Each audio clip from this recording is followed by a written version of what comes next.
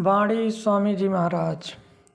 बसो आए तुम नैनन में, सिमट कर एक आना। सत्संग के वचन। कितना आसान तरीका है। कहते हैं कुछ ना करो, सिर्फ अपने ख्याल को यहाँ दोनों आँखों के बीच में रखो। हमारी आत्मा 3 हालतों में रहती है, जागृत, स्वप्न, नींद या गहरी नींद।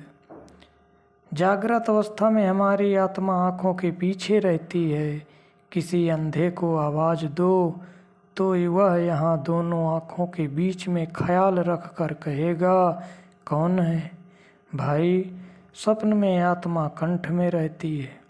कायदा यह है कि लैंप से जितनी दूर होते जाओ अंधेरा बढ़ता जाएगा।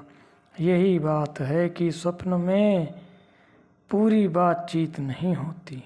यदि सिर है तो पैर नहीं, अगर पैर है तो सिर नहीं, क्योंकि आत्मा अपना पूरा काम नहीं करती या नहीं कर सकती। जब गहरी नींद होती है तब आत्मा हृदय में होती है। यह स्वप्न से नीचे की हालत है। अब जितने प्राणायाम वाले हैं वे यहाँ बैठे हुए हैं। जिस तरह ज्यों-ज्यों पहाड़ की तरफ जाओगे ठंड ज्यादा होती जाएगी, इसी तरह ज्यों-ज्यों ऊपर जाओगे शांति आती जाएगी।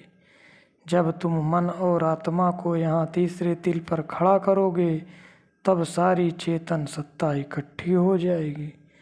शरीर मुर्दा यानी शून्य हो जाएगा। तुम्हारा प्राणायाम हो गया। वह प्राणायाम बनावटी है, कुदरती नहीं। अब आँखों के पीछे जो पर्दा था वह खुल गया, अंदर रोशनी पैदा हो गई, सूक्ष्म देश शुरू हो गया। यह आलम फना है, वह आलम बका है, यानी यह नाशवान है और वह अविनाशी है। यह अज्ञान का देश है, वहाँ ज्ञान है। कहते हैं आसान से आसान तरीका है और तुम सभी के अंदर है।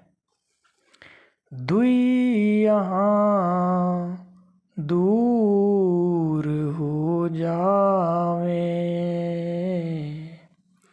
दृष्टि ज्योत में धरना। अंदर गए ज्योत प्रकट हो गई, जिसकी 1000 बत्तियां हैं।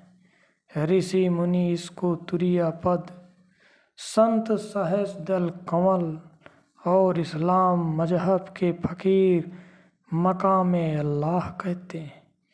जो ऋषि मुनि महात्मा अंदर गए उन्होंने हमें अंदर ले जाने के लिए बाहर की ज्योत का हवाला दिया, लेकिन हमने अंदर जाने के बजाय बाहर ईंट पत्थरों के मंदिर बना लिए, आटे का दिया बना लिया और घी की ज्योत जला ली।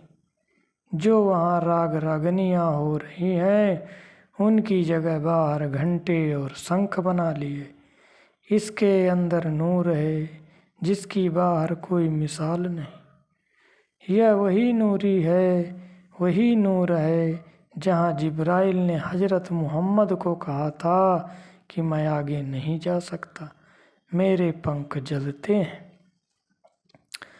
श्याम तज सेत को गहना, सूरत को तान धुन सुनना। अब आत्मा सहज दल कमल में आ गई। यहाँ 3 रास्ते हैं। जब ज्योत में पहुँचे वहाँ एक बारीक से बारीक रास्ता है। उसको तय करने पर आगे मैदान आता है जिसे श्याम कहते हैं। उस मैदान से आगे श्वेत का रास्ता है। ये इशारे हैं, वर्णन नहीं।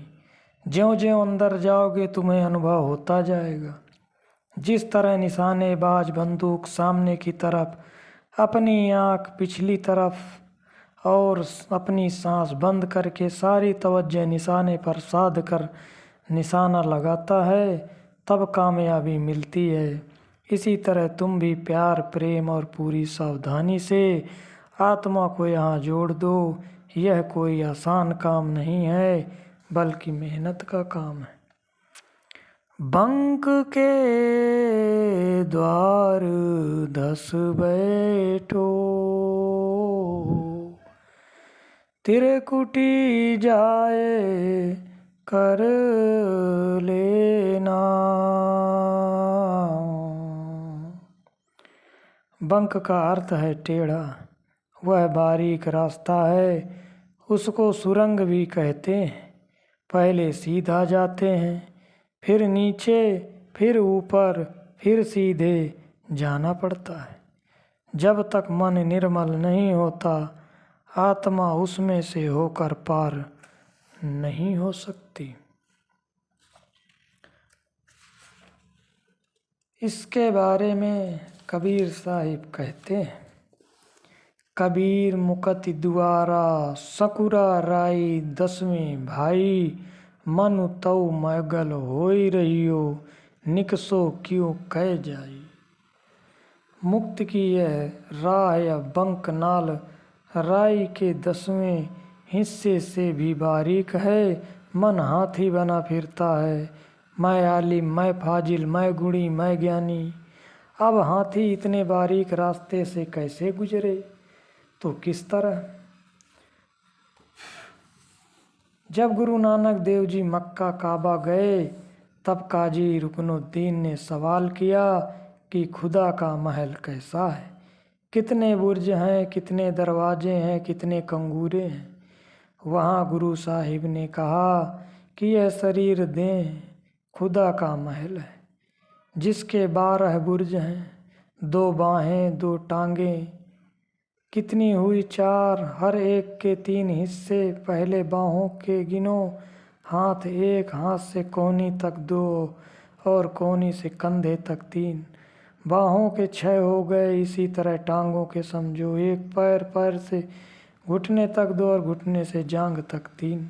तीनों टांगों के 6 हो गए। 6 और 6 12, 9 दरवाजे, 2 आँखों, 2 कान, 2 नाक, 1 मुंह, गुदा और इंद्री, 52 कंगूरे हैं, 32 दांत, 20 दोनों हाथों और दोनों पैरों के नाखून। इसके अंदर केवल खुदा ही नहीं, बल्कि करोड़ों खंड ब्रह्मांड, करोड़ों देश हैं। मगर बिना मेहनत यह बारीक रास्ता तय नहीं होता। गुरु नानक देव जी कहते हैं, राय खुदाई भी हावला, वालहूँ 10वें भाई, हाथी जाए न सकड़ी, हऊ मैं रखे अड़ाई। यह दौलत खुदा मांगने से नहीं मिलती, ना ही पैसों से मिलती है, बल्कि प्रेम और प्यार से, मेहनत करने से मिलती है। सभी के अंदर है। सुन चढ़ जा धसो भाई, सूरत से मान सर नहाना। अब आत्मा तुरीय पद से होती हुई ब्रह्मा में आ गई। यहाँ काफ़ी समय तक रहकर अभ्यास करना पड़ता है। मन और आत्मा के ऊपर जितनी मैल है उसे साफ करना पड़ता है। जब आत्मा निर्मल हो गई तो सतगुरु ने कहा, चल पार ब्रह्मा में। वहाँ पहुंचकर इसके ऊपर से सारे पर्दे उतर जाते हैं। अब आत्मा नंगी हो गई। जिस तरह एक बड़ा चमकदार गैस का लैंप होता है, उसके ऊपर 30-40 टाट के पर्दे चढ़ा देने से जिस कमरे में ले जाओ अंधेरा ही अंधेरा रहता है। ज्यों-ज्यों पर्दे उतारते जाओगे रोशनी होती जाएगी। जब सारे पर्दे उतर जाएंगे लैंप पूरी रोशनी देगा। आत्मा तो आत्मा ही है, इसकी अपनी रोशनी 12 सूरज की है, मगर यहाँ पर्दों ने इसके नूर को ढका हुआ है। जिस तीर्थ में नहाकर पर्दे दूर होते हैं वह पार ब्रह्मा में है। गुरु नानक देव जी उसको अमृतसर कहते हैं, कबीर साहिब मानसरोवर कहते हैं, वह सच्चा तीर्थ है और हिंदुओं, मुसलमानों, सिखों और सभी के अंदर है। उसमें नहाकर जन्मों जन्मों के पाप उतर जाते हैं। बाहर के तीर्थ पापों की मैल नहीं उतार सकते। गुरु अमरदास जी कहते हैं, काया अंदर अमृत सरू, साचा मन पीवे भाव सुभाव ही होए। जब सच्चे अमृतसर में स्नान करोगे, कर्मों का सारा हिसाब जल जाएगा। फिर चाहे इस दुनिया में रहो, चाहे उस दुनिया में, पूरी आज़ादी है। क्या कहते हैं गुरु नानक देव जी, गुरुमुख आवे जाय निसंगू। बाहर शरीर स्नान करता है, वहाँ आत्मा को स्नान करना है, क्योंकि शरीर तो नीचे रह गया, वहाँ केवल आत्मा है। महासुन चौक अंधियारा, वहाँ से जा गुफा बस ना। आगे महासुन का देश आ गया। इसको मुसलमान फकीर जुल्मात का तबका कहते हैं। वहाँ इतना अंधेरा है कि पार ब्रह्मा में स्नान करने के बावजूद सारे पर्दे उतार कर आत्मा की रोशनी 12 सूरज की हो चुकी होती है, फिर भी वह एक कदम नहीं चल सकती। वहाँ इसकी रोशनी एक लैंप के बराबर मालूम होती है। उसको महाशून्य के अंधेरे को सदगुरु के नूर से पार करती है।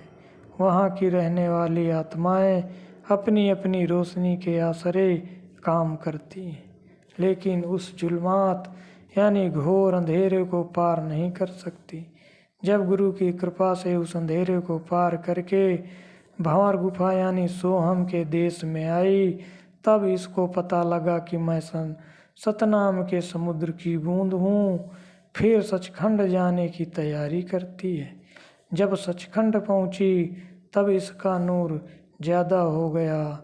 जब रूह कुल मालिक में मिल गई तब कहती है कि मेरा और उसका गुण व स्वभाव एक है।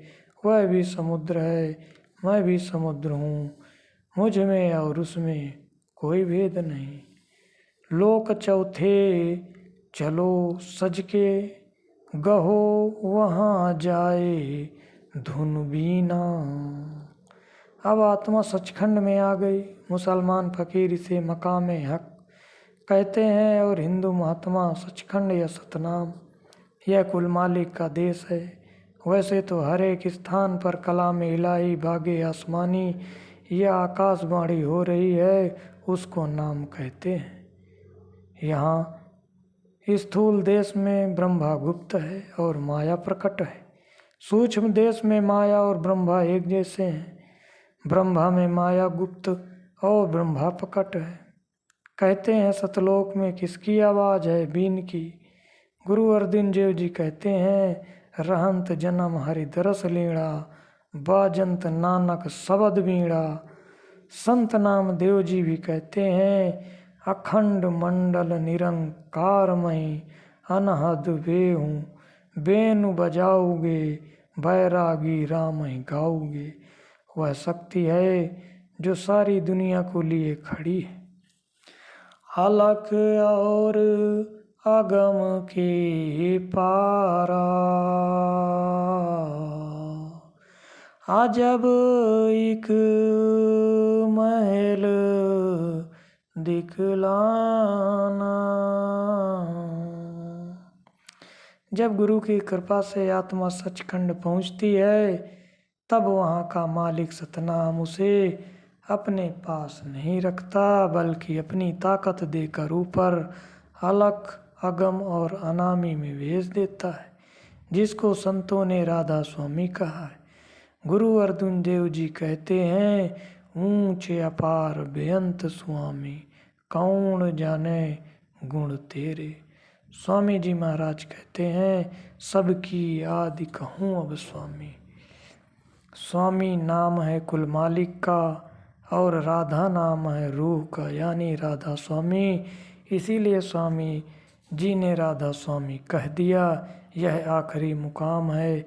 यहाँ ना आदि है ना अंत है, यहाँ शांति ही शांति है। अब बूंद समुद्र में मिलकर समुद्र हो गई, फिर न आना है न जाना, न जन्म लेना है न मरना। इसीलिए संत कहते हैं कि तू मेहनत करके पर्दा खोल और दर्जा ब दर्जा ऊपर चढ़कर जन्म मरण से मुक्त हो जा।